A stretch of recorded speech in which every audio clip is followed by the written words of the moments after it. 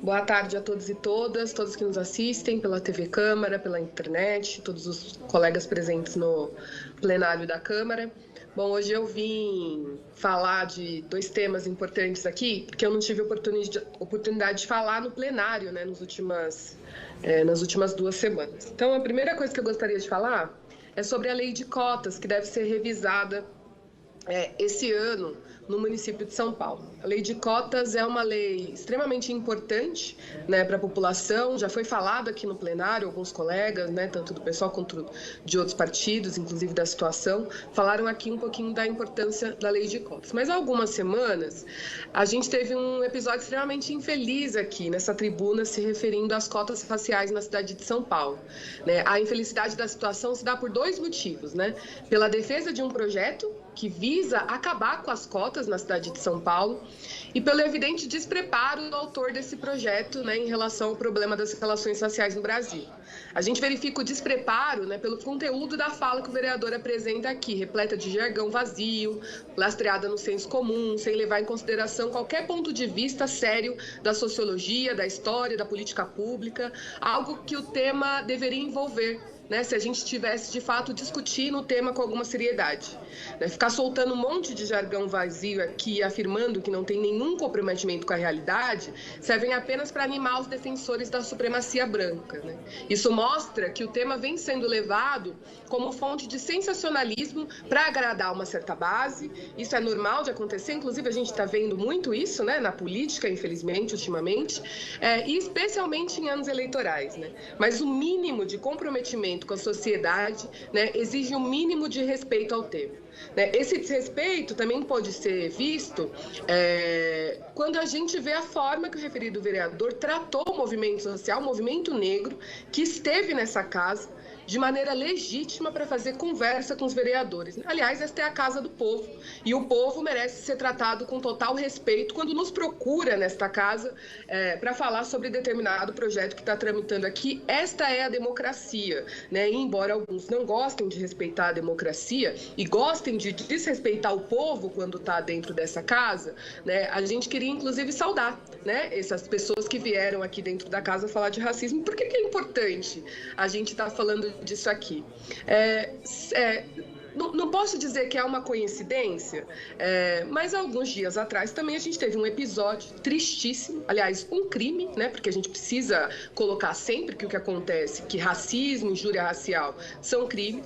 A gente teve um episódio aqui por parte de outro vereador que utilizou mais uma vez aqui nesta casa, numa atividade oficial, falas racistas, né? Quando se refere à população negra, ao povo negro.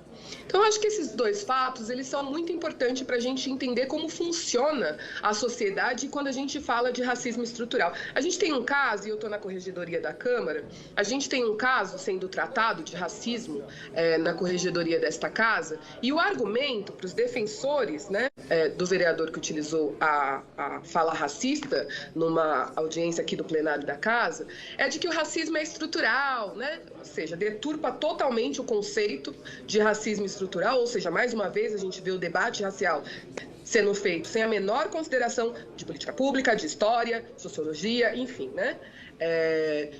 Mas o argumento que se utiliza é que o racismo estrutural praticamente autoriza e libera que as pessoas falem o que queiram, sejam racistas e cometam um crime de racismo aqui dentro dessa casa. É uma infelicidade, a gente espera que a corregedoria da casa não tome mais esse rumo em mais um caso de racismo, que aconteceu nesta casa. Não é só o segundo, né? Nós sabemos que existem vários casos sendo julgados, inclusive alguns que chegam na corregedoria falando de racismo, e a gente espera que as pessoas não utilizem o racismo estrutural como desculpa, como escudo, para liberar, né, que os vereadores cometam crimes nesta casa, em especial crime de racismo, crime de injúria racial.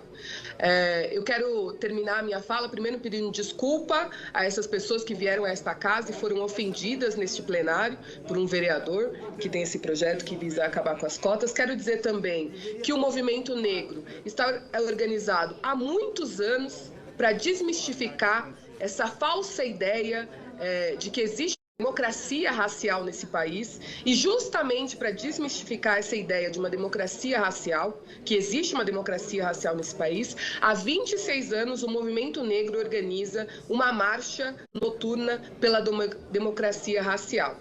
Esse ano, essa marcha vai acontecer no dia 12 de maio, com a concentração a partir das 19 horas na Praça da Liberdade. Praça da Liberdade, inclusive, que era a Praça da Forca, era onde se enforcavam escravos aqui na cidade de São Paulo.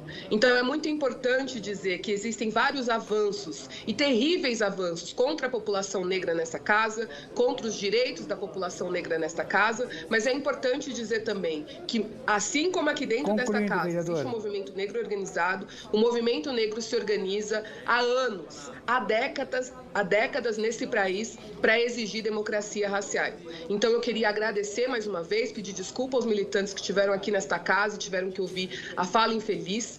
Quero pedir desculpas também a todos os cidadãos paulistanos que dia após dia ouvem nessa casa expressões racistas, e quero convidar aos colegas que se dizem antirracistas, né, que dizem que não compactuam com essas falas e comportamentos racistas, a prestigiar a marcha que já está em sua 26ª edição, no dia 12, às 19 horas, na Praça da Liberdade. Obrigada.